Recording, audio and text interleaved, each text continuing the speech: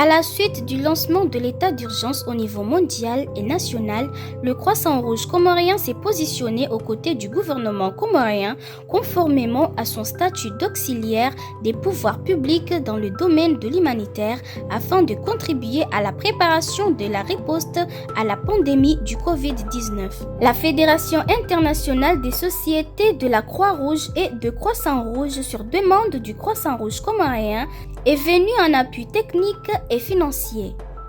Un appel global a été lancé par celle-ci au niveau international et a rencontré une réponse favorable de la part de la Banque islamique de développement. Par le biais de 17 sections, cellules et 66 sous-sections, comités de gestion villageoise ont mobilisé plus de 42 employés et 680 volontaires qui ont fourni des services en eau, hygiène et assainissement, communication sur les risques et l'engagement communautaire, la protection et les moyens d'existence et des services de santé. Pendant cette période de pandémie, les personnes âgées qui sont dans nos différentes communautés sont les plus vulnérables et souffrent souvent de comorbidités en cas d'infection de la COVID-19. En effet, le respect des mesures barrières est primordial. De ces faits, le Croissant Rouge comorien et la Fédération internationale des sociétés de la Croix-Rouge et de Croissant Rouge ont jugé nécessaire d'effectuer une prise en charge de proximité pour améliorer la santé de ces patients. L'objectif principal est de faire un suivi des sujets âgés à domicile et les accompagner.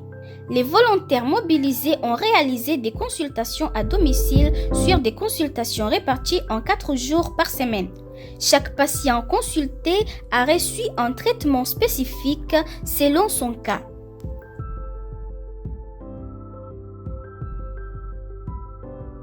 Cette activité est supervisée par des médecins. Lorsque les infirmiers se trouvent devant des cas graves, ils appellent directement les médecins qui les supervisent et ces médecins viennent à leur tour faire la consultation et prendre en charge la personne. Donc le Croissant Rouge a aussi acheté des médicaments et ces médicaments sont directement donnés s'il y a une urgence en attendant que ces gens-là se déplacent dans les hôpitaux. Pour la réalisation de cette activité, nous avons été confrontés à certaines difficultés, dont la réticence pour certaines personnes par désinformation et ceux qui ont leur médecin de la famille.